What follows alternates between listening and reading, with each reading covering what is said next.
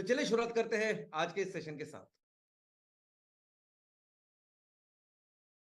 दोस्तों, इस हफ्ते साउथ इंडिया में एक बहुत ही बड़ा संकट आया हुआ है। साउथ इंडिया में स्पेशली तमिलनाडु और आंध्र प्रदेश, यहां एक माइचुंग नाम का एक बहुत बड़ा तूफान वहां आया हुआ है, जिसकी वजह से 4 दिन पहले वो आया था, लेकिन जिसकी वजह से इतनी तबाही वहां मची है। यानी चेन्नई में अगर हम देखेंगे तो चेन्नई में हर सड़क एक नदी नदी में रूपांतरित हो गई है, हर सड़क।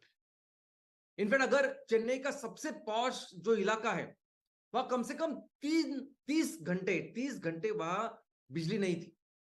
कम से कम 30 घंटे वहां पीने के लिए पानी, नल में कोई पानी नहीं था।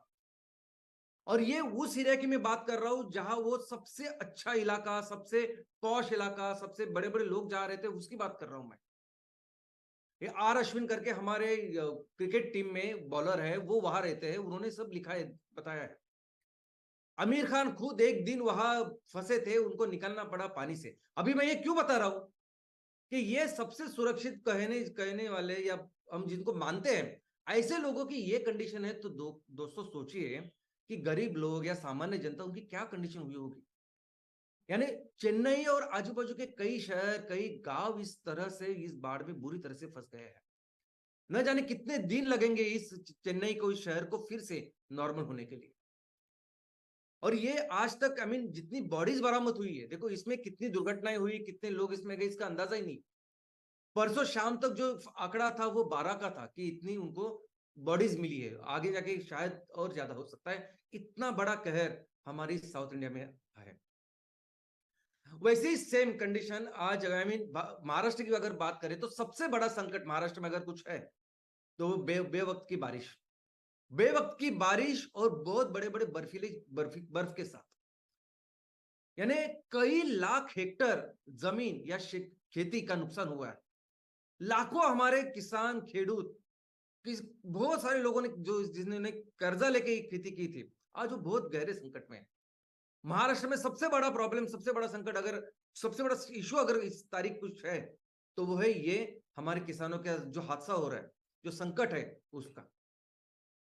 और ये सिर्फ महाराष्ट्र की या तमिलनाडु की, आंध्र प्रदेश की बात नहीं, हम देख रहे हैं इस साल जैसे होली हुई उसके बाद हर दिन हर राज्य में कोई ना कोई संकट है, और वो तेजी से बढ़ रहा है। दोस्तों, हम देख रहे हैं कि जो आईपीसीसी यानी inter governmental panel on climate change, यानी यूनाइटेड नेशंस की ये जो बॉडी, जो हमारी असेसमेंट, जो इस क्लाइमेट चेंज के बारे में रिपोर्ट देती है, उन्होंने 6वां रिपोर्ट दिया था 2021 और 22 में। 2021 में उन्होंने कहा था कि ये क्लाइमेट चेंज क्यों हो रहा है, किस तरीके से हो रहा है, सब टेक्निकल बातें उसमें कही थी, बताई थी। और 2022 में उन्होंने जो रिपोर्ट दिया, वो रिपोर्ट दिया था कि इस क्लाइमेट चेंज की वजह से कौन से ऐसा देश है, यानी देशों के ऊपर, दुनिया के ऊपर क्या असर पड़ने वाला है। और उन्होंने कहा कि सबसे ज्यादा असर जिस देश पे पड़ेगा वो होगा भारत। क्योंकि भारत एक ऐसा देश है कि इसकी पूरा आर्थिक और सामाजिक जो जो बेस है, वो पूरी तरह से डिपेंड है एग्रीकल्चर के ऊपर। 60% से ज्यादा लोग डायरेक्टली इनडायरेक्टली इस एग्रीकल्चर, खेती के ऊपर डिपेंडेंट है। और खेती हमारी इस क्लाइमेट के ऊपर, पर्यावरण के ऊपर डिपेंड है। और अगर क्लाइमेट इतनी बुरी तरह से अगर खराब हो रहा है तो इसका असर डायरेक्टली खेती के ऊपर होगा, और उन सभी लोगों के ऊपर होगा जो लोग इसके ऊपर डिपेंडेंट है। और ये आज हमारे आंखों के सामने हो रहा है। बहुत बहुत भयानक हो रहा है ये सब परिस्थिति में। और ऐसी परिस्थिति में ही ये इतना, ये संकट भारत का तो है ही, लेकिन ये पूरी दुनिया पे छाया हुआ है। दोस्तों, आज हर देश ये नहीं जानता कि आगे क्या होगा, कौन सा तूफान आएगा, कैसे क्या होगा, कि जिसकी वजह से हम, और इस कंडीशन में कोई कुछ भी नहीं कर सकता। कितना भी डेवलप्ड देश हो या कोई भी अनडेवलप्ड या डेवलपिंग नेशन हो, कोई कुछ नहीं कर सकता। इसलिए आज इस वक्त पूरी दुनिया में एक परिषद भी चालू है, और जो परिषद हर साल 14 दिन के लिए होती है, और वो सिर्फ इसी विषय के ऊपर काम करती है। और वो विषय है ये क्लाइमेट चेंज, वो विषय है ये ग्लोबल वार्मिंग, ये बड़ा दुनिया का बड़ा संकट है। आज उस परिषद को 10 दिन हुए हैं और 4 दिन बाकी है, चल रहा है वो। और सभी सिर्फ इसी ऊपर बात कर रहे हैं कि कैसे इस संकट को बचाए, इस संकट से बचे, कैसे इस संकट को दूर करें, क्या करें। अभी इसमें पैसे की किसी को कोई बात ही नहीं, क्योंकि आज ये 8वें दिन $83 बिलियन से भी ज्यादा, यानी 7 लाख करोड़ तो उन्होंने ऐसे ही डोनेशन के लिए रखे कि बाबा इस संकट से बचो आप। कोई इन्वेस्टमेंट नहीं, कोई रिटर्न ऑन कोई रिटर्न नहीं चाहिए, कुछ नहीं चाहिए, सिर्फ संकट से बचना है। इसलिए उन्होंने ये अभी 7-8 दिनों में 7 लाख करोड़ रखे कि बाबा कुछ तो करो। और सबको पता है कि ये हम जो जिसके ऊपर काम कर रहे हैं, यानी सोलर है, इलेक्ट्रिक व्हीकल है, ये सस्टेनेबल सोल्यूशन है ही नहीं। इनमें आंकड़े देखेंगे तो कोल का उपयोग बढ़ रहा है दिन ब दिन इस संकट के साथ। तो कौन और कैसे करेगा ये सब कुछ? और ऐसी परिस्थिति में सर आपको अंदाजा ही नहीं है कितना महत्वपूर्ण रोल है एमसीएल का। आपको अंदाजा ही नहीं है कि आने वाले दिनों में हम सभी ग्लोबल प्लेटफॉर्म पे होंगे। जो काम आज हम कर रहे हैं तहसील में, गांव में, आपको अंदाजा ही नहीं इसकी कीमत क्या है, इसकी इंपॉर्टेंस क्या है। आज कौन से गहरे संकट में दुनिया है, और इससे बाहर निकलने का पूरा प्लान ही नहीं। ये 1000 से ज्यादा जो हमारे स्टार्टअप से इतने सारे उद्योजक हैं, जिस तरीके से हम लोग काम कर रहे हैं, लोग बोल रहे हैं कि 2 प्रोजेक्ट लगाओ, 5 प्रोजेक्ट लगाओ, 10 पहले उनको चलाओ, लेकिन समझता ही नहीं उनको कि हम क्या सोल्यूशन तैयार कर रहे हैं और किसके लिए कर रहे हैं। और हमें आपको अंदाजा ही नहीं है कि आने वाले दिनों में एमसीएल कितने बड़े ग्लोबल प्लेटफॉर्म पे रहेगा। इनफैक्ट मैं आपको कुछ बात बताना चाहता हूं दोस्तों। यूनाइटेड नेशंस है ना, यूनाइटेड नेशंस या संयुक्त राष्ट्र संघ, ये दुनिया में जितने भी देश है उनकी संगठन है। जितने भी देश आज की तारीख में हमारे दुनिया में 197 इतने सार्वभौम देश है, वो सभी इसमें शामिल है। अभी यूनाइटेड नेशन की शुरुआत हुई 1945 में, 1945 में। इनफैक्ट जब पहला विश्व युद्ध हुआ 1914 से लेकर 1918 तक, तभी 1918 में सभी देशों में जितने भी देश थे इसमें युद्ध में शामिल, उनको लगा कि युद्ध नहीं होना चाहिए, लोग एक आने चाहिए, उन्होंने एक दूसरे के साथ वार्तालाप करने चाहिए, डिस्कशन करना चाहिए, और जो भी प्रॉब्लम है वो सॉल्व करने चाहिए, युद्ध नहीं करना चाहिए। लेकिन उन्होंने फिर इसके लिए एक लीग ऑफ नेशन करके एक संस्था का निर्माण किया, लीग ऑफ नेशंस। लेकिन इस संस्था में अमेरिका ने भाग नहीं लिया, जो इंपॉर्टेंट कुछ देश थे उन्होंने भाग नहीं लिया, तो उसका कुछ फायदा नहीं हुआ और दूसरा विश्व युद्ध चालू हुआ। दूसरा विश्व युद्ध जैसे ही खत्म हुआ 1945 में, सबसे पहले ये 50 देश जो सब इस युद्ध में शामिल थे, उन्होंने अमेरिका में इस संगठन की शुरुआत की। और इस संगठन का सिर्फ एक ही फोकस था, इसके आगे कभी भी युद्ध नहीं होना चाहिए, पूरी दुनिया में सिर्फ शांति रहनी चाहिए। तो शांतता, इस एक चीज के लिए इस यूनाइटेड नेशन की शुरुआत हुई। और लेकिन दोस्तों जैसे जैसे यूनाइटेड नेशन की शुरुआत हुई, जैसे जैसे काम करने लगा, ये बहुत ही इंपॉर्टेंट प्लेटफॉर्म, बहुत ही इंपॉर्टेंट संगठन दुनिया का बन गया। कई सारे ऐसे मसले, कई सारे ऐसी प्रॉब्लम, चीजें जो दो देशों के बीच में, कई सारे देशों के बीच में थी, वो यूनाइटेड नेशन के स्तर पर वो सॉल्व होने लगे। यूनाइटेड नेशन उसके वहां लोगों को जाके मदद करने लगा, देशों को मदद करने लगा। अब सिर्फ इस वॉर के लिए, शांति के लिए नहीं, लेकिन अगर कोई सामाजिक, कोई आर्थिक कोई चीज है जहां मिलके अगर कुछ काम करना है, उसमें भी यूनाइटेड नेशन बहुत ही इंपॉर्टेंट उन्होंने रोल निभाया। इनफैक्ट 1945 के बाद अगर आप देखोगे इस पूरे शतक में कई सारी ऐसी चीजें हैं जो यूनाइटेड नेशन की वजह से सॉल्व हुई। तो बहुत ही इंपॉर्टेंस इस यूनाइटेड नेशंस का बढ़ा पूरी दुनिया में, और यही कारण है कि आज की तारीख में दुनिया के सभी देश आज इसका हिस्सा है। और ये होने के बाद फिर 2000 में सभी देश के लोग इकट्ठा आ गए, सभी देशों के राष्ट्राध्यक्ष इकट्ठा आए परिषद में, और फिर उन्होंने बताया, मिलेनियम समिट ऐसे इसके कहते हैं, और उन्होंने फिर डिसाइड किया कि यूनाइटेड नेशन का इतना अच्छा रोल है, यूनाइटेड नेशन इतनी अच्छी तरह से काम कर रही है, बहुत इंपॉर्टेंट महत्वपूर्ण संगठन पूरी दुनिया के लिए बन चुका है। तो अभी इन्होंने अपना काम भी, रोल भी बेहतर करना चाहिए, और उन्होंने फिर डिसाइड किया कि यूनाइटेड नेशन वो संगठन बनेगा जो दुनिया को एक सही दिशा में लेके जाएगा। यूनाइटेड नेशन वो संगठन बनेगा कि वो दुनिया के लिए पॉलिसी डिसाइड करेगा कि कौन से पॉलिसी पे देशों ने काम करना चाहिए, किस राह में जाना चाहिए, उसके लिए क्या करना चाहिए, इसके लिए एक्शन प्लान भी वो बनाएगा। सो बहुत ही इंपॉर्टेंट या महत्वपूर्ण रोल यूनाइटेड नेशन की शुरुआत हुई इस मिलेनियम समिट से, इस 2000 से। और इस 2000 में पहली बार यूनाइटेड नेशंस ने क्या किया, तो उन्होंने कुछ लक्ष्य रखे 2000 से लेके 2015, यानी इस 15 साल के लिए ये दुनिया के लिए कौन से लक्ष्य होने चाहिए, यह दुनिया बेहतर करने के लिए, अच्छी करने के लिए क्या क्या करना चाहिए, इसलिए उन्होंने इस 8 लक्ष्यों को रखा। और जिस लक्ष्य को कहते हैं मिनिमम डेवलपमेंट गोल्स। अभी ये जो लक्ष्य थे, ये लक्ष्य कुछ एक दिन में नहीं बने। उन्होंने 2-3 साल उसमें पढ़ाई की होगी। दुनिया के सभी राष्ट्राध्यक्ष, वहां के सभी साइंटिस्ट, जो महान लोग हैं, जो एक्सपर्ट्स है, उन्होंने आके इस लक्ष्य को बनाया होगा। आप देखिए इस लक्ष्य क्या है। पहला लक्ष्य है इरेडिकेट दारिद्र्य निर्मूलन, गरीबी निर्मूलन और भूखमरी का निर्मूलन। दूसरा है एजुकेशन, स्पेशली प्राइमरी एजुकेशन, सबको वो एजुकेशन मिलना चाहिए। तीसरा है जेंडर इक्वालिटी, महिलाओं का सम्मान। चौथा है चाइल्ड मॉर्टेलिटी को रिड्यूस करना, यानी 5 साल के भीतर जो बच्चे हैं उनका मृत्यु रोकना। पांचवा है इंप्रूव मैटरनल हेल्थ, सभी गर्भवती माताएं और ऐसे सभी महिलाएं जो माताएं बन चुकी, इन सबके तबियत का ख्याल रखना। छठवां है डिसीजेस, यानी उस टाइम जो बीमारियां थी उसके ऊपर कंट्रोल। अभी उस टाइम HIV एड्स नंबर 1 पे था, बाकी मलेरिया, बाकी सब कुछ उसके ऊपर। बाद में 7वां ऑफकोर्स एनवायरनमेंट, पर्यावरण, और 8वां चलो मिलकर काम करते हैं, ग्लोबल पार्टनरशिप। अभी एक चीज इसमें आप ध्यान रखिए कि दुनिया अच्छी करने के लिए पूरे दुनिया के एक्सपर्ट लोग आते हैं और पूरी दुनिया के लिए 8 लक्ष्य बनाते हैं। और उस 8 लक्ष्य में 2 लक्ष्य क्या होते हैं? बच्चे का ख्याल, बच्चे की सेहत का, और मां की सेहत का ख्याल। दोस्तों समझिए इस चीज को कितना महत्वपूर्ण है। पूरी दुनिया में जो 8 लक्ष्य है उसमें से 2 लक्ष्य इन दोनों का ख्याल रखना है। और इसमें इस परिस्थिति में किसी भी देश का अगर हेल्थ इंडिकेटर आप देखोगे ना कि वो देश स्वास्थ्य के बारे में कितना अच्छा है, तो जो सबसे महत्वपूर्ण इंडिकेटर वो ये है, मां की सेहत कैसी है और बच्चे की सेहत कैसी है। और ऐसी परिस्थिति में आपको अंदाजा ही नहीं है कि कितना इंपॉर्टेंट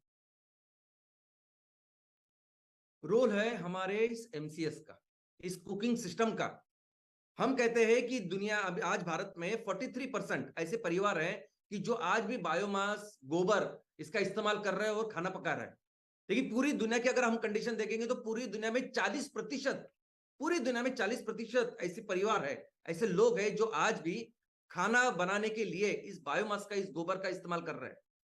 और बाकी का जो बाहर का एयर प्रदूषण बढ़ रहा है ना, हवा का प्रदूषण, और जिसकी वजह से हमें खांसी बीसी सब कुछ हो रहा है, उससे 100 गुना, 200 गुना, 400 गुना तक ज्यादा पोल्यूशन होता है जब आप खाना बनाने के लिए इसका इस्तेमाल करते हो घर पे। बाहर आपको लगता है कि अगर ये पॉल्यूटेंट है, इससे मेरे को ये बीमारी, वो बीमारी हो रही है, उससे कई खतरनाक पॉल्यूटेंट तैयार होते हैं जब आप घर में लकड़ी का, गोबर का इस्तेमाल करते हो और खाना बनाते हो। इसका महत्व पूरी दुनिया जानती है। और ऐसे परिस्थिति में जब हमने ये सोल्यूशन जो दिया है, ये एमस्टो है, ये बायोमास स्टोव नहीं जो बाकी की कंपनियां बेच रही है। बाकी की कंपनियां क्या करते हैं, वो सिर्फ डालते हैं, आप उसमें लकड़ी डालो, कुछ भी डालो और पकाओ। हमारा जो एमस्टो है वो आने वाले दिनों में, ये एम प्लेट सबसे ज्यादा इंपॉर्टेंट है, और आने वाले दिनों में ये ऐसे ही जलेगा जैसे आज आपके घर में LPG जलता है। यानी इस चीज को अगर पूरी दुनिया में अगर बढ़ाना है, लोगों को करना है, लोगों को ये स्वच्छ ईंधन देना है, तो हमारा पार्टनर रहेगा यूनाइटेड नेशंस। और दूसरे देश में, अगर बांग्लादेश में जाके करना है, किसी दूसरे देश में, श्रीलंका में जाके करना है, तो वहां के किसान यही करेंगे, इसको वही माल वो तैयार करेंगे, रॉ मटेरियल वही हम उसको तैयार करके उनको बेचेंगे। पार्टनर होगा MCL और यूनाइटेड नेशंस, और ये काम करेंगे। इतनी जरूरत आज इस वक्त ऐसे प्रोडक्ट्स की है। इनफैक्ट ये तो रहा पहला पीरियड जिसमें 2000 से लेकर 2015 तक था। अभी 2015 से लेकर 2030 तक उन्होंने, यूनाइटेड नेशंस ने एक ब्लूप्रिंट तैयार किया, एक एक्शन प्लान तैयार किया। और इस आगे के 15 साल के लिए वो एक्शन प्लान का एक थीम है, एक लक्ष्य है। जैसे हम कहते हैं ना कि हमारा लक्ष्य क्या है, हमारा एक मिशन स्टेटमेंट है कि MCL दुनिया को फिर से सस्टेनेबिलिटी की राह पर लेके जाना चाहता है। सस्टेनेबल डेवलपमेंट होनी चाहिए, हमारा एक मिशन स्टेटमेंट है। तो उनका मिशन स्टेटमेंट क्या है? तो उन्होंने कहा है कि शेयर्ड ब्लूप्रिंट, यानी action plan, blueprint for piece and prosperity, शांतता और समृद्धि के लिए। किसकी? पीपल एंड प्लैनेट, सिर्फ लोग नहीं, ये पूरी पृथ्वी, ये पूरी दुनिया का, now and into the future. तो अभी उनको सिर्फ इस 15 साल में सिर्फ एक ही फोकस है कि ये समृद्धि, ये शांतता बनी रहे सस्टेनेबल वे में। देखो 2000 में जो उन्होंने लक्ष्य रखा, उसके लिए जो पढ़ाई की होगी उन्होंने 2 साल 5 साल पहले, यानी 1995 से लेकर 2000 तक, तो वो तब क्या जरूरत थी उसके हिसाब से उन्होंने 8 लक्ष्य रखे। 2015 में जो उन्होंने जो लक्ष्य रखे, तो उसके लिए भी उन्होंने 2 3 4 5 साल पहले पढ़ाई चालू की होगी। और वो आज की जो प्रॉब्लम्स है, वो प्रॉब्लम देख के उन्होंने फिर ये लक्ष्य रखे हैं आगे के 15 साल के लिए। और ये प्रॉब्लम, सबसे इंपॉर्टेंट प्रॉब्लम जो पूरी दुनिया को नजर आ रही है, यूनाइटेड नेशंस को नजर आ रही है, और जो लक्ष्य उन्होंने सामने रखा है, वो एक ही लक्ष्य है, और वो है सस्टेनेबिलिटी। पूरी दुनिया, यूनाइटेड नेशन से लेके हम सब लोग चाहते हैं कि ये दुनिया फिर से सस्टेनेबल बने, ये दुनिया फिर से सस्टेनेबल राह पर, यानी उसी राह पर चले जिस राह पर ये दुनिया चलती आई है। डेवलपमेंट हो, विकास हो, लेकिन वो सही दिशा में हो। बस यही इस लक्ष्य को लेके उन्होंने 17 ऐसे गोल्स रखे हैं, जिसे सस्टेनेबल डेवलपमेंट गोल्स ऐसे कहा जाता है। किसी भी देश में अगर आप जाओगे, यानी अमेरिका से लेके एकदम कोई भी देश हो, हर देश का अभी ये लक्ष्य है कि मुझे 2030 तक इन 17 लक्ष्य को हासिल करना है, प्राप्त करना है। और इस 17 लक्ष्य को प्राप्त करने के लिए यूनाइटेड नेशन हर देश को बहुत ज्यादा हेल्प करती है। यानी अमेरिका जो डेवलप्ड देश है, वो तो उनको तो ज्यादा जरूरत नहीं। इनफैक्ट ये सभी डेवलप्ड देश है ना, अपना जो जीडीपी होता है, जीडीपी जो पैसे कमाते हैं ना, उसका एक शेयर यूनाइटेड नेशंस को देती है कि आप इस लक्ष्य के लिए काम कीजिए। पैसा कहां से आता है? तो इन देशों से आता है। तो सभी का अपना कॉन्ट्रीब्यूशन है, यूरोप, अमेरिका, बाकी सब देश। और फिर जाता कहां है? ऐसी जगह पे जहां फिर इसकी जरूरत हो, या जहां जिस किस वजह से, जिस कार्य की वजह से इस लक्ष्य को हम प्राप्त करें। चलो देखते हैं इस लक्ष्य को। सबसे पहला है नो पॉवर्टी, गरीबी हटाओ, गरीबी का निर्मूलन। अभी यूनाइटेड नेशंस कहती है कि and poverty in all it's forms everywhere. United nations कहती है कि दुनिया में गरीबी बिल्कुल उसका निर्मूलन होना चाहिए। आर्थिक गरीबी तो है, सोच की गरीबी का निर्मूलन होना चाहिए। एक दूसरे को मदद करने का जो जज्बा होता है, वो जो गरीबी है उसका निर्मूलन होना चाहिए। एक दूसरे के साथ आने की जो जो जज्बा होता है, उसका भी निर्मूलन होना चाहिए। बाकी का तो जाने दीजिए, सबसे पहले जरूरी है आर्थिक गरीबी का निर्मूलन। और हमारे 5 ई के मिशन में अगर आप देखोगे, एमसीएल एमसीएल अभी 5 ई मिशन के ऊपर काम कर रही है। उसमें एक ई क्या है? उसमें एक ही है कि economic development of each and every family. यानी जो लक्ष्य यूनाइटेड नेशंस का अगर दुनिया के लिए है, तो एमसीएल का भी लक्ष्य हर फैमिली के लिए है, हर परिवार के लिए, हर तहसील, हर गांव और हर शहर के लिए। और ऐसा नहीं कि हमने सिर्फ लक्ष्य रखा है, हमें पता है कि हम क्या करेंगे, हमें पता है कि हमें क्या करना है। अगर कोई फैमिली पहाड़ों में रहती है, कोई जंगलों में रहती है, कोई समुद्र के किनारे है, कोई रेगिस्तान में है, तो क्या कर सकती है वो फैमिली की जिसकी वजह से उनको सस्टेनेबल इनकम मिलेगा? क्या तैयार कर सकते हैं, कैसे कर सकते हैं, ये पूरा हमको पता है। और अगर ये पूरी रोड मैप, ये पूरा ब्लूप्रिंट रह अगर हम सामने खड़े रहे, तो हमारा पार्टनर रहेगा ये यूनाइटेड नेशन से काम करने के लिए।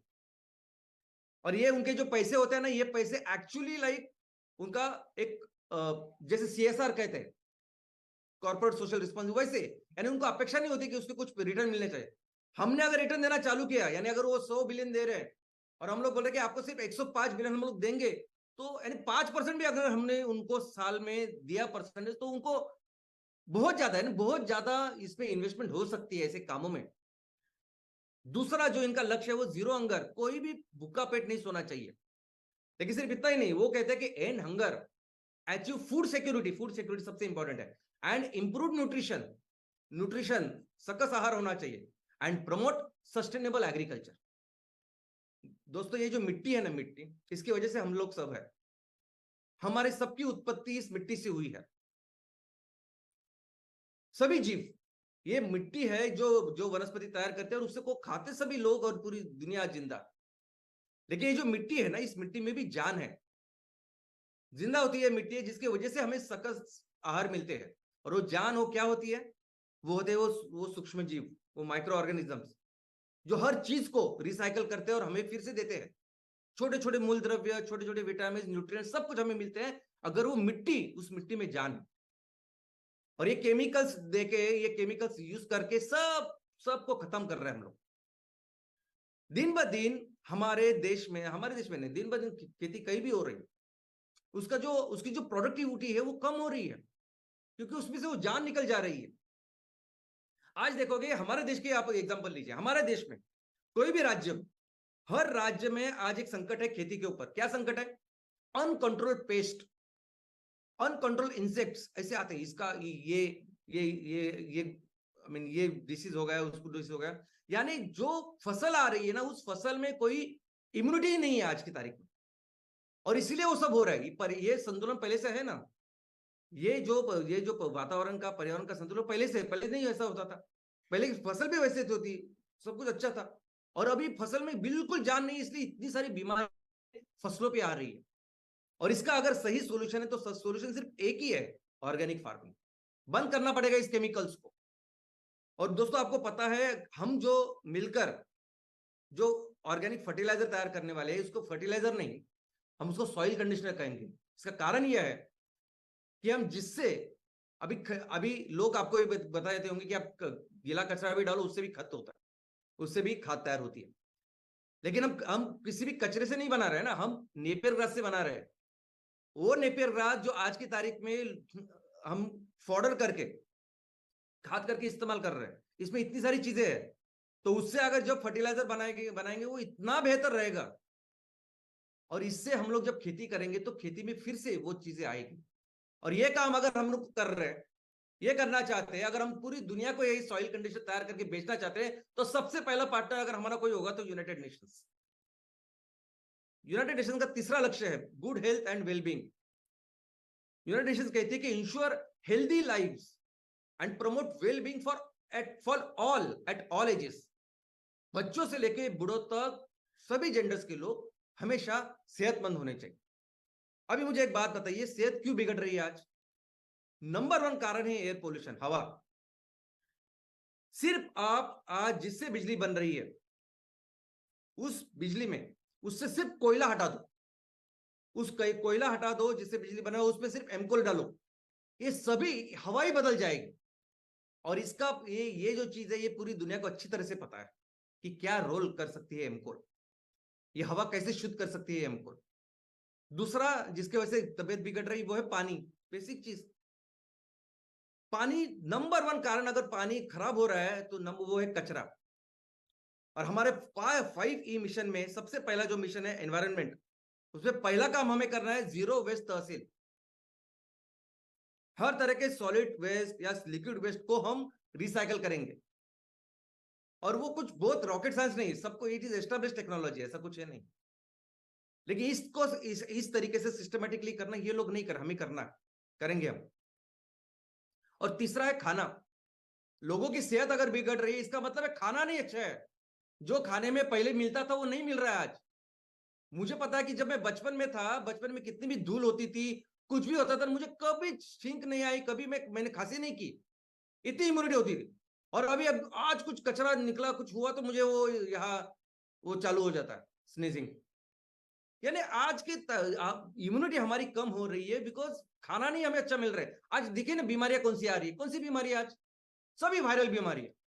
अभी ये कोरोना से लेके चिकनगुनिया लीजिए, कोई भी दवा, कोई भी बीमारी आप लीजिए, ये क्या पहले नहीं थे क्या? ये आज आए क्या? यहाँ नहीं, ये अनादि काल से है, ये सभी वायरसेस आजू बाजू में, हम इनमें जीते आ रहे हैं, हमारी इम्यूनिटी कम हो रही है। और ऐसा वायरल इन्फेक्शन आप लेके डॉक्टर के पास जाएंगे ना, डॉक्टर कुछ दवा नहीं किसी के पास, वो बोलेगा अपनी इम्यूनिटी, आप शांत रहो 4-5 दिन बस, और इम्यूनिटी को बेहतर करो बस। और इसके लिए जरूरत है अच्छे खाने की, और इसके लिए जरूरत है ऑर्गेनिक फर्टिलाइजर की, और इसके लिए जरूरत है एम कैफे की। एम कैफे कल अगर 5,000 एम कैफे निकालने हैं ना, कि जिसमें हम लोग ऑर्गेनिक फूड ही लेंगे, तो इस 5,000 एम कैफे को करने के लिए यूनाइटेड नेशन हमारे साथ रहेगा और ये फंडिंग के अरेंजमेंट करेंगे। चौथा है क्वालिटी एजुकेशन, ये बहुत इंपॉर्टेंट है। यूनाइटेड नेशंस का दुनिया का लक्ष्य चौथा क्या है, और जिसके लिए हर देश काम करता है इसके ऊपर, क्वालिटी एजुकेशन। यूनाइटेड नेशंस कहते हैं कि ensure inclusive and equitable quality education. Inclusive यानी हर विषय उसमें होना चाहिए। And promote life long learning opportunities for all, life long learning होनी चाहिए, ऐसे प्रमोट करो इसको। अभी इंक्लूसिव यानी हर विषय का पढ़ाई उसमें होना चाहिए, समझना चाहिए, कोई कम ज्यादा नहीं है। मैं अपने बारे में बोलता हूँ, जब मैं स्कूल में था 10वीं तक मैंने जो इतिहास पढ़ा, मुझे बिल्कुल कभी इतिहास अच्छा नहीं लगा, और मुझे तो ये लगता था कि क्यों इतिहास पढ़ना चाहिए। मैं हमेशा ऐसा टेक्निकल साइंस साइंस करता था, और बाद में मैंने पूरा जो पढ़ाई की वो साइंस की। यूपीएससी एमपीएससी भी में जो मैंने पढ़ाई की थी वो भी सिर्फ जिसमें वो हिस्ट्री पढ़ना पड़ता था, इतिहास पढ़ना पड़ता था, तो भी मुझे ऐसा लगता था कि क्या जरूरत है इतिहास पढ़ने की। लेकिन आज समझ में आ रहा है, आज समझ में आ रहा है कि सबसे जरूरी अगर कोई विषय जो सबने पढ़ना चाहिए वो इतिहास है। आज जिस सिचुएशन में आप हम सभी लोग हैं, समाज है, इस सिचुएशन में कई सारे लोग थे पहले, और ऐसे सिचुएशन में अगर 100 लोग डूबे हैं तो 20 लोग उभरे भी है, सामना किया उन्होंने इस परिस्थिति को और बेहतर किया खुद को। और ऐसे वो 20 लोग हैं जिनको वंदन करते हैं हम लोग, जिनकी पढ़ाई करते हैं हम। पढ़ना चाहिए तो कि हमको समझे कि आज क्या करना है, कल क्या करना होगा, कौन से डिसीजन लेने चाहिए हमने। और ये लाइफ लॉन्ग लर्निंग दोस्तों, दुनिया में कोई भी ऐसी कंपनी नहीं, कोई भी आप ढूंढ के मुझे बताइए, कोई भी ऐसी कंपनी नहीं होगी जो जिस कंपनी में सभी डायरेक्टर मिलके हर हफ्ते उसी टाइम पे आपको एक नए टॉपिक के ऊपर बताने की, सिखाने की कोशिश करते हैं। सभी डायरेक्टर्स हैं उसमें, ऐसा जिंदगी में पूरी दुनिया में नहीं है कोई। और हाँ, मीटिंग लेते होंगे वो, टारगेट की मीटिंग, क्या हुआ कैसे हुआ, हम उसके लिए है क्या? कौन ऐसा करता है? कौन ऐसे नए टॉपिक वगैरह करता? कोई नहीं। ये सैटरडे सेशन का मतलब क्या है? क्यों करना है सैटरडे सेशन? हर ग्राम पंचायत में, हर म्युनिसिपल वार्ड में जब हम बोल रहे हैं कि इसकी जरूरत, इसका महत्व आप नहीं जानते। एमसीएल जो दिल से ऐसा कर रहा है ना, इसका महत्व आप नहीं जानते, वो सब लोग जानते हैं। वो सब लोग जानते हैं कि अगर मेहनत से आप ये करते हो तो आपको अंदाजा नहीं कि हम कितने बेहतर है एज अ ऑर्गेनाइजेशन पूरी दुनिया में। जेंडर इक्वालिटी, यूनाइटेड नेशंस कहती है कि achieve gender equality and empower all women and girls.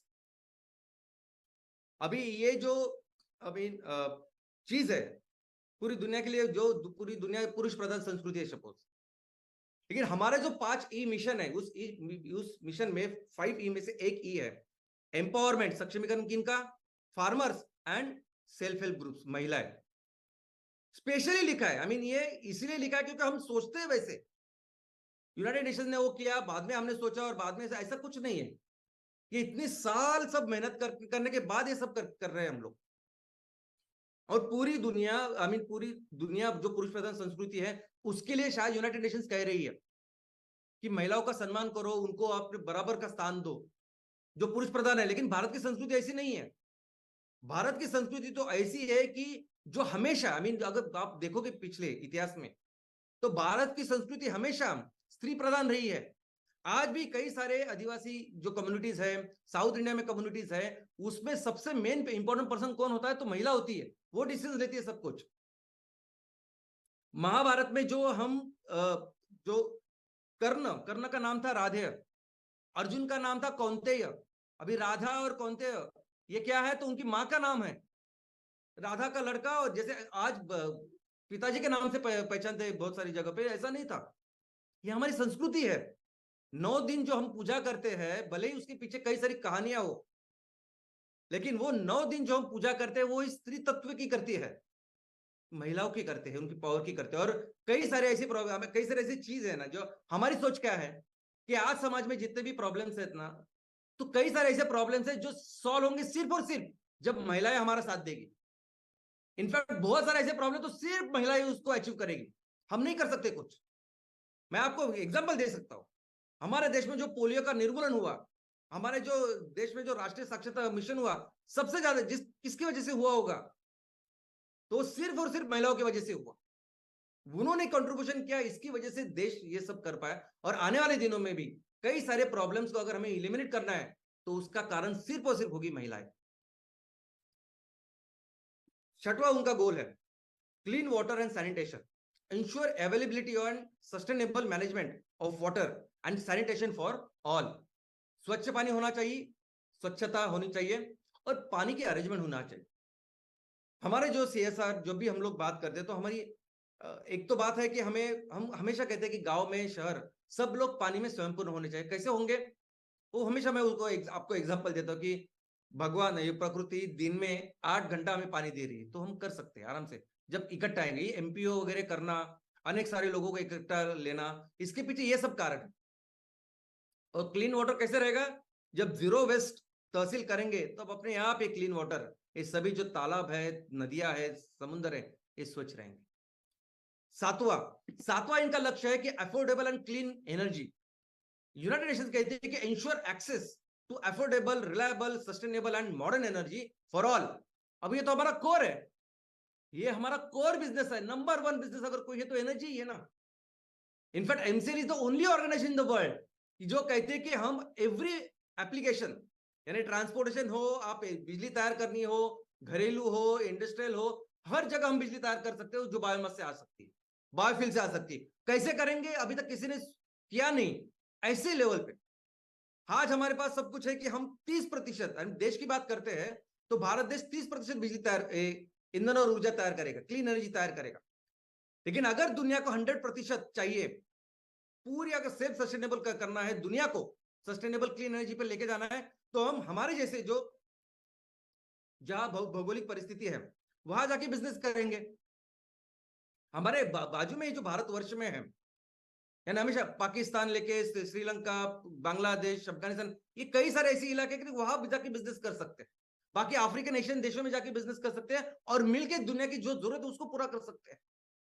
अब अगर ऐसा रोड में अगर हम लोग रखते हैं सामने, सब करते हैं, तो क्यों ना सभी लोग हमारे साथ आके ये काम करेंगे, क्योंकि ये सोल्यूशन नहीं है आज किसी के पास, और ना ही सिर्फ पेपरों पे नहीं कर रहे हैं हम लोग इसको।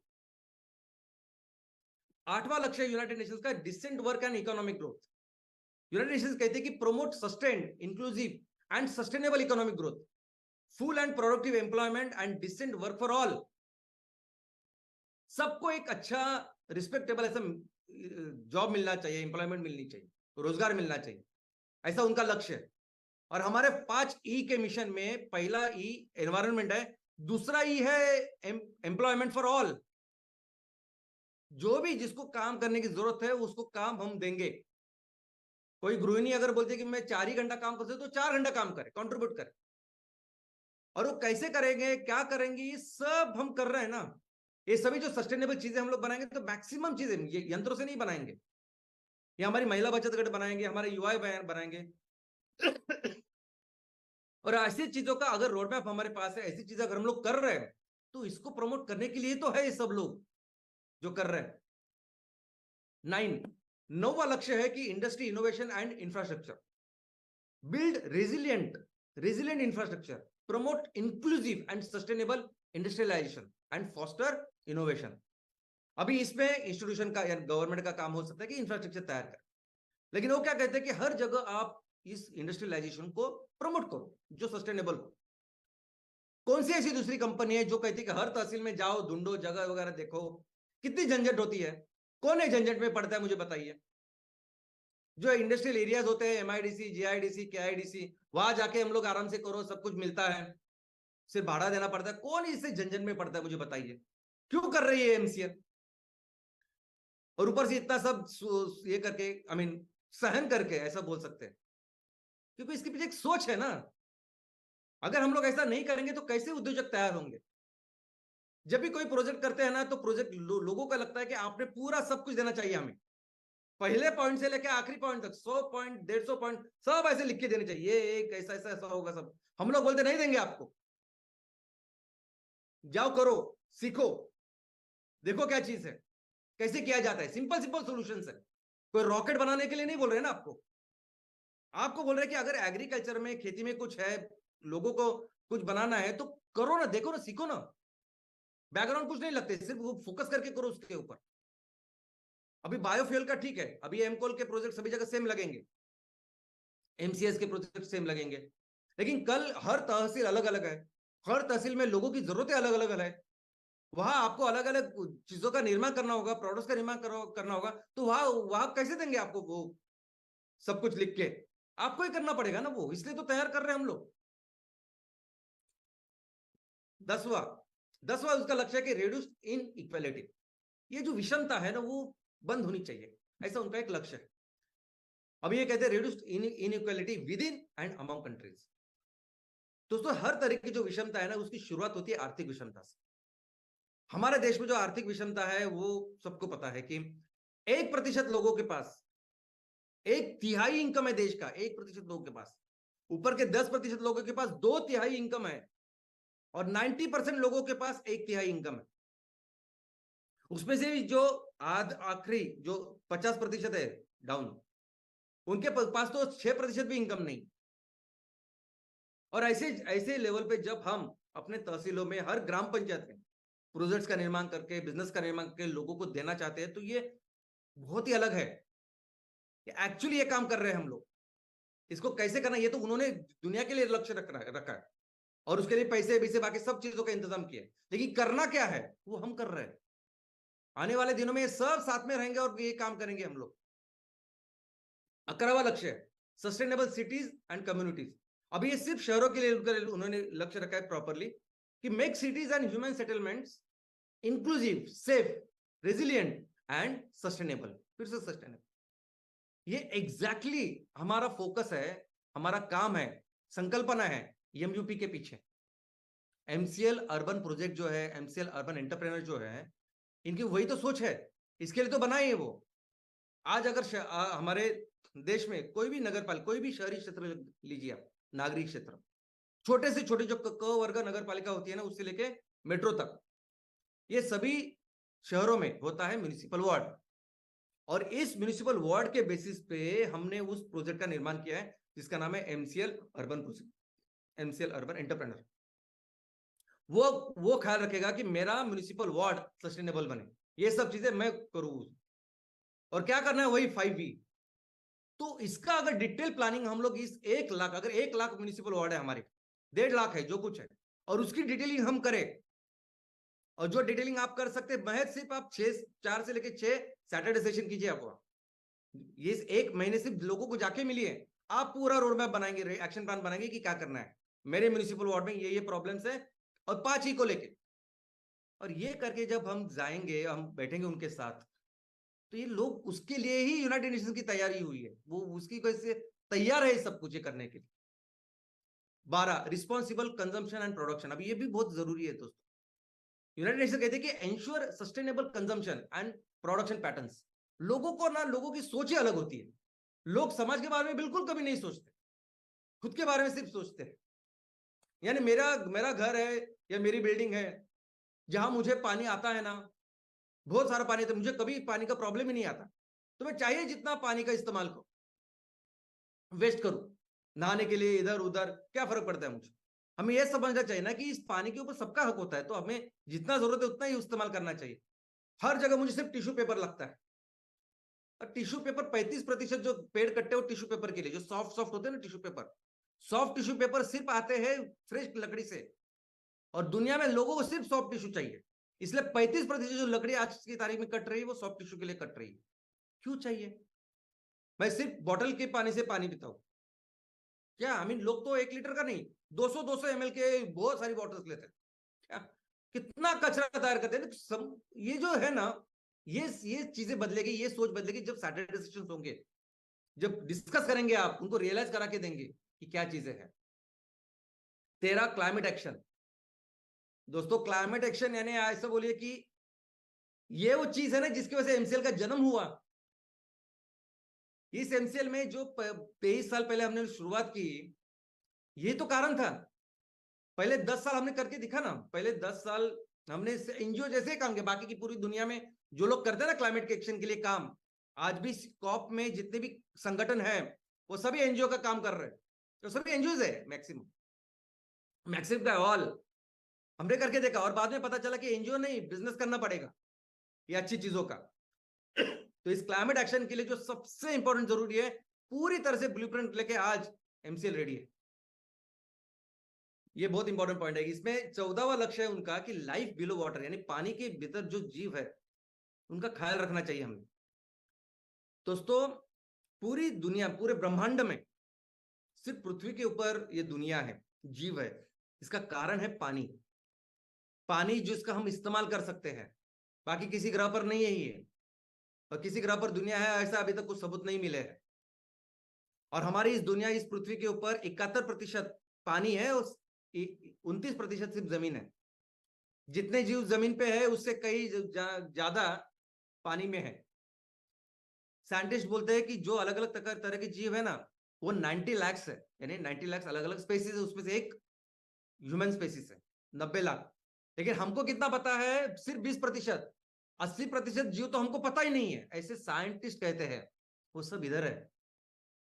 लेकिन आज की तारीख में पूरी दुनिया के लिए ये समुंदर, ये पानी एक कचरा कुंडी बन गया है, डस्टबिन। हर तरह का कचरा हर कोई आज की तारीख में अगर डालता है तो समुद्र में डालता है डायरेक्टली। न्यूक्लियर कचरा, न्यूक्लियर वेस्ट, बाकी नॉर्मल वेस्ट तो हम लोग अभी डिस्कस करेंगे, लेकिन न्यूक्लियर वेस्ट जो आप ऐसे डालते हैं जो एक सेकंड में कई सारी जीवों को मार डालता था, हमको कुछ लगता ही नहीं। बाकी अगर और हमारे देश में भी अगर आप देखोगे ना तो इतना बड़ा कोस्ट लाइन है, वो वहां के जो गांव है, शहर है, सब लोग अपना कचरा उसमें, सब मेट्रो महानगर पालिका हो कोई, सब अपने ऐसे डालते हैं। हमने टेक्नोलॉजी बेहतर की, क्या टेक्नोलॉजी बेहतर की कि पहले जो कचरा समुद्र के किनारे होता था वो बहुत बड़े बड़े पाइप तैयार किए और वो अभी अंदर तक हम लोग कचरा डालते हैं। यानी हमको जो रह रहे हैं हम लोग किनारे, हमको कुछ नहीं लगता, लेकिन अंदर कितना नुकसान हम लोग कर रहे हैं। और इसके लिए अगर एमसीएल काम कर रही है, इसके लिए अगर एमसीएल के पास पूरी तरह से स्ट्रैटेजी प्लान है, लोग है जो काम कर रहे हैं, तो दोस्तों यही चाहिए दुनिया को। तो दुनिया पूरी तरह से तैयार है एमसीएल के लिए। आज लाइफ ऑन लैंड, ये भी जरूरी है। ये 15वां लक्ष्य है, ये जो बोलती है यूनाइटेड नेशंस की जमीन के ऊपर जो जीव उसका भी ख्याल रखना चाहिए। Protect, restore and promote sustainable use of terrestrial ecosystems, sustainably manage forest, combat desertification and halt and reverse land degradation and halt biodiversity loss। इस जमीन के ऊपर दुनिया है दोस्तों, और इतने जीव है ना, एक बड़ा पेड़ होता है ना, बहुत बड़ा पेड़, वो कई सारे जीवों का इकोसिस्टम होता है, कई सारी जीवों की दुनिया होती है। वो छोटी चींटी से लेके गिलहरी तक कई सारे पक्षी, इनके लिए वो बड़ा वृक्ष, बड़ा पेड़ उनकी दुनिया होती है। एक पेड़, हम जब पेड़ लगाने की कोशिश करते हैं ना, हम लोग मिलके कभी कभी करते हैं, सब मिलके चलो पेड़ लगाने का करते कार्यक्रम वगैरह ऐसा करते। कितने पेड़ लगाते हैं हम लोग, कितने बड़े होते हैं, क्या होता है हमको पता है। नंबर 1 दुश्मन आज इन पेड़ों का, इस जमीन का, इन जीवों का अगर कुछ है पूरी दुनिया में नंबर 1, तो वो है कोयला। आज की तारीख में जहां भी कोयले की खदानें हैं, आपको अंदाजा ही नहीं है, ऐसे घने घने जंगलों में है। ऐसे घने जंगल में हम इतना नुकसान, एक एक खदान आपको अंदाजा नहीं, डायरेक्टली इनडायरेक्टली कितने जीवों को नष्ट कर रही है, कितनी खराबी, कितनी तबाही कर रही है। और ये सबको पता है, यूनाइटेड नेशन उन सबको पता है कि कोयला कितना खतरनाक है, इसलिए कोयले के अगेंस्ट है सब लोग।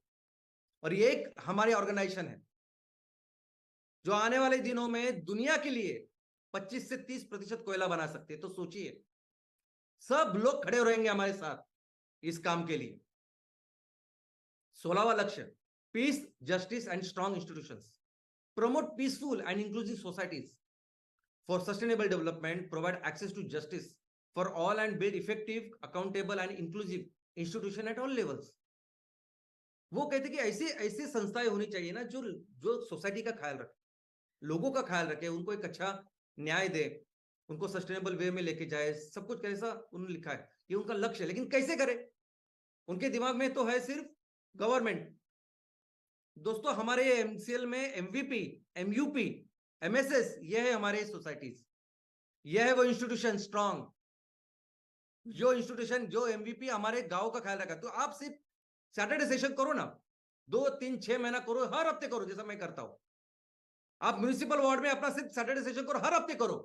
6 महीने के बाद किसी की हिम्मत नहीं होगी अपने किसी महिला के ऊपर आंख नजर दे कुछ गंदा काम करने की। कोई भी गलत काम नहीं कर सकता अगर आप सबको एक हफ्ते में एक बार करो ना। सिर्फ ये जो हम कर रहे हैं ना, एमवीपी, एमयूपी, ये उस संस्थाओं का निर्माण है जो इस सोसाइटीज को सस्टेनेबल बनाएगी। और 17वां गोल, partnership for the good, strengthen the means of implementation and revitalise the global partnership for sustainable development. सब इकट्ठा आनी चाहिए ना सस्टेनेबिलिटी के लिए, ऐसा बोलते हैं। और वो कितना सही है, ये तो हमारा मेन चीज है ना, बेस है। हम तो बोलते हैं कि पहले जाओ और इन लोगों को 10,000 15,000 लोगों को इकट्ठा करो, क्योंकि जो काम करना है भविष्य में उनके लिए सब लोग इकट्ठा चाहिए। ये बिजनेस के लिए नहीं है, कुछ पैसे वैसे नहीं कमा रहे, वो तो नेक्स्ट है, वो सेकेंडरी है।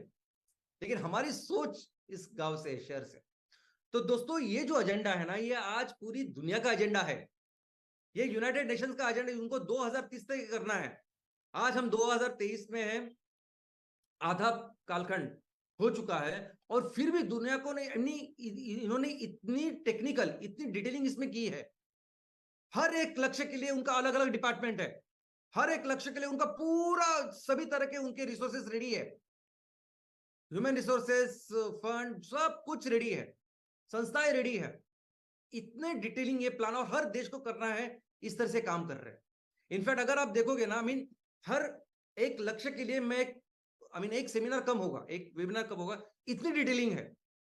यानी अगर हम लोग बात कर रहे हैं कि सिर्फ पहले गरीबी निर्मूलन का, तो उसमें एक के अंदर 1.1, 1.2, 1.3, 1.1 का भी ए बी सी ऐसा सब कुछ डिटेलिंग है। मैन पावर क्या चाहिए, इंडिकेटर्स क्या होंगे, टारगेट्स क्या होंगे, कौन मॉनिटर करेगा, पैसे कहां से आएंगे।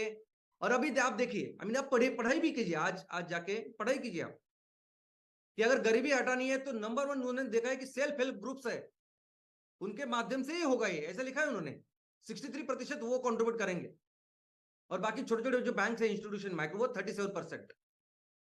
यही तरीका है। और हम अगर कह रहे हैं कि 5E में सेल्फ हेल्प ग्रुप ही उनको आगे कर रहा है, उनके माध्यम से हम लोग ये काम करेंगे, तो ये वही तो कर रहे हैं हम लोग।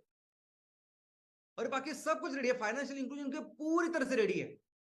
अभी दूसरा लक्ष्य कि फूड सिक्योरिटी कैसे है, तो पूरा फोकस उनका है एग्रीकल्चर के ऊपर, क्या करना चाहिए, कैसे करना चाहिए, वो है उनके प्लान्स। अगर 3 हेल्थ के लिए कुछ है, तो हेल्थ के लिए भी क्या करना चाहिए उन्होंने करके दिखाया। इनफैक्ट उनके हर एक लक्ष्य के लिए उनके टारगेट्स है, उनके इंडिकेटर्स है, डिटेल में है। यानी बहुत दिन तक हम लोग ये ले सकते सेशंस, इतने हैं। यानी अगर उसका पहला इंडिकेटर अगर 2030 तक अगर इरेडिकेट करनी है पॉवर्टी, तो पहला क्या उनका इंडिकेटर, कि हमें यह देखना पड़ेगा कि 2030 तक कितने लोग दारिद्र्य रेखा से ऊपर आए। तो ऐसे बहुत सारी डिटेलिंग है। ग्लोबल ऑर्गेनाइजेशन उनके हर एक लक्ष्य के लिए अलग अलग ऑर्गेनाइजेशन है जो ग्लोबली काम करती है। अभी इसमें देखोगे आप दरिद्र निर्मूलन में, इसमें कितने सारे ऑर्गेनाइजेशन है जो उनके साथ काम करते हैं इंटरनेशनली। अभी नंबर 1 उस पर है ऑक्सफैम। अभी ऑक्सफैम है वही है कि जिन्होंने हमको बताया कि 1% लोगों के पास इतनी वेल्थ है। यानी इतनी डिटेलिंग करती है, और ये लोग इतनी तरह से तैयार है। और स्पेसिफिक, यानी हर एक विषय के लिए उनका स्पेसिफिक संगठन है। आरोग्य विषय जितने भी उनके लक्ष्य है, उसके लिए वर्ल्ड हेल्थ ऑर्गेनाइजेशन। और हमको पता है कि ये अगर मलेरिया निर्मूलन का कार्यक्रम कहीं हो रहा है, पोलियो का हुआ, कई सारी ग्रांट इनसे आई जो भारत देश में हुआ। तो इस तरह से हर एक लक्ष्य के लिए लोग हैं, डिपार्टमेंट है, डिटेलिंग है। लेकिन इससे भी आगे और कुछ है। अभी ये जो हर एक विषय है, हर एक विषय के लिए उनके डिपार्टमेंट है, हर एक विषय के लिए उनकी परिषद होती है, और हर देश के रिप्रेजेंटेटिव वहां आते हैं। लेकिन एक ऐसा विषय है जो इस ना 2000 के मिनिमम डेवलपमेंट गोल्स में शामिल है, ना अभी जो चल रहा है उसमें सस्टेनेबल गोल्स में शामिल है। वो ऐसा विषय है जो उनके बहुत पहले यूनाइटेड नेशन ने शुरुआत की है, और वो विषय है क्लाइमेट। वो विषय है ये ग्लोबल वार्मिंग। 1992 से शुरुआत है। पहली बार जो परिषद हुई सिर्फ और सिर्फ इस विषय को लेके, उसका नाम था, उसको बुला गया अर्थ समिट, विश्व विश्व वसुंधरा परिषद, जिसमें सिर्फ, और आज आज आप देखोगे ना कि लोग कितने ज्यादा कर रहे हैं ग्लोबल वार्मिंग के। उस टाइम भी वैसे ही इतने ही आक्रामक थे लोग कि बंद करो ये सब कुछ, ये फॉसिल फ्यूल बंद करो। और तब से शुरू हुआ ये कॉप, कॉन्फ्रेंस ऑफ परिषद। यानी वो इतना इंपॉर्टेंट विषय, यानी यूनाइटेड नेशंस में पूरी दुनिया के सामने सबसे महत्वपूर्ण विषय ये है कि उसके बाद 1992 के बाद हर साल सभी देशों के प्रमुख आते हैं ये सब करने के लिए। यानी उनके रिप्रेजेंटेटिव नहीं आते, मिनिस्टर नहीं आते, तो उनके प्रमुख आते हैं ये करने के लिए। और आज फिर वो 28वीं परिषद है, और इस परिषद में हमारे भी जो प्रमुख है, हमारे माननीय पंत प्रधान जी वहां गए थे। क्योंकि इतना इंपॉर्टेंट विषय जिसमें चर्चा होती है, जिसमें एक ही फोकस है पूरी दुनिया का और इस परिषद का, कि कंप्लीटली एलिमिनेशन इस फॉसिल फ्यूल का बंद होना चाहिए, बंद, कंप्लीट एलिमिनेशन है। और क्लीन एनर्जी ही आनी चाहिए, इसके ऊपर सब लोग काम कर रहे हैं। और सब मैंने जैसे कहा कि पहले 8 दिन में 7 लाख करोड़ उन्होंने रेडी किए कि सिर्फ आप लो और करो कुछ, तो इसके बाद उनको नहीं चाहिए रिटर्न। लेकिन अगर रिटर्न की बात है पैसे, तो बहुत ह्यूज एंड ह्यूज फंड है। लेकिन अभी क्या है, फंडिंग है बहुत सारी, लेकिन करना क्या है, कैसे करेंगे, ये नहीं समझ में आ रहा है ना। ये सोलर, ये जो ईवी का काम चल रहा है, ये नहीं है सस्टेनेबल, ये लोगों को पता चल चुका है अच्छी तरह से। और ऐसे परिस्थिति में दोस्तों आपको अंदाजा ही नहीं है क्या इंपॉर्टेंस है एमसीएल का। कितने जल्दी, कितने फास्ट। अगर मैं कहता हूं कि हम दुनिया की नंबर 1 कंपनी बनने वाले हैं, तो बहुत जल्दी बनने वाले हैं। और मैं आपको बोलता हूं कि इसके लिए जो अभी पैसे पैसे के लिए अगर आप सोच रहे हो, तो ये तो ऐसा विषय है, ये तो ऐसा बिजनेस है कि जहां अगर आपको पैसे चाहिए ना, तो आपको वो प्रोडक्ट तैयार करके उनको देने की भी जरूरत नहीं है। आप अपने तहसील में, अपने गांव में अगर पिलेट्स तैयार कर रहे हो, कोल तैयार कर रहे हो और वही बेच बेच रहे हो आप और पैसा कमा रहे हैं, बस इसके लिए वो लोग पैसे देते हैं आपको। ऐसे विषय यानी ये, इसको डिटेल में मैं बाद में बताऊंगा, लेकिन इसमें यानी कितना अगर आप कोयला इस्तेमाल कर रहे हैं नॉर्मल, उसके जगह पे एमकोल अगर आप दे रहे हो, तो जितना एमिशन कम कर रहे हैं ना, वो लोग पैसा देते हैं उसकी वजह से, उसके लिए। इनफैक्ट कई सारी ऐसी कंपनियां हैं जो कंपनियां ने, जैसे अभी कोई स्टील की कंपनी है या कोई वाहन निर्मित में गाड़ी, जैसे टोयोटा है, होंडा है, ये सब गाड़ियां अगर 25 साल से गाड़ियां बना रही है, 50 साल से बना रही है, उन्होंने इतना एमिशन किया है और उनके ऊपर पेनल्टी है यूनाइटेड नेशंस की, आपको कंपलसरी ये एमिशन कम करने वाले जगह पे आपको इन्वेस्ट करना होगा।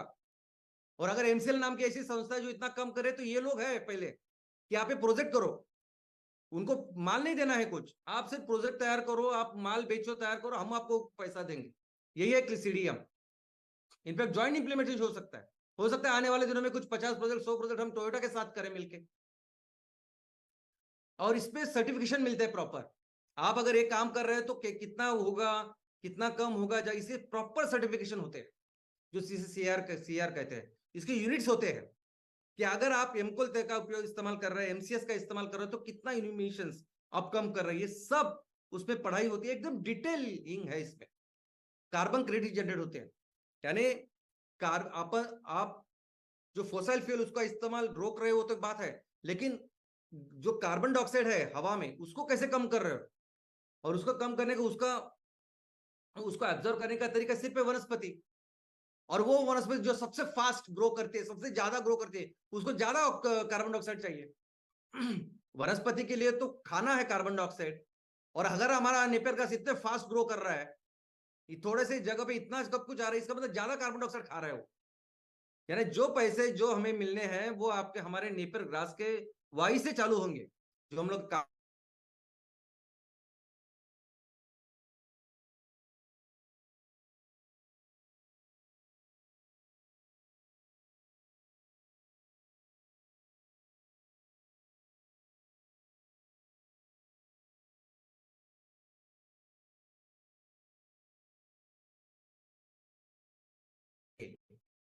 यहाँ ग्रीन इन्वेस्टमेंट स्कीम्स है। कल हम बोलेंगे ना कि हमें 1000 प्रोजेक्ट, 2000 प्रोजेक्ट लगाने हैं इसकी वजह से, और ये उसका स्केल है, ये सब कुछ है, वो कर रहे हो काम। इसीलिए आने वाले दिनों में दोस्तों, अगर सस्टेनेबिलिटी डेवलपमेंट, इस सभी लक्ष्यों को पूरा करने में जो संगठन सबसे बड़ा काम करने वाला है जागतिक स्तर पर, वो होने वाला है एमसीएल। सस्टेनेबिलिटी की जब बात आएगी, तो सबसे बड़ा काम, सबसे बड़ा बिजनेस, सबसे बड़ा अर्थव्यवहार करेगी एमसीएल। और इन चीजों की वजह से भारत दुनिया का सबसे बड़ा, यानी आर्थिक रीत्या नंबर 1 देश बनने वाला है, और मिलकर हम अपने देश को दुनिया का सबसे महान देश भी बनाने वाले हैं। धन्यवाद।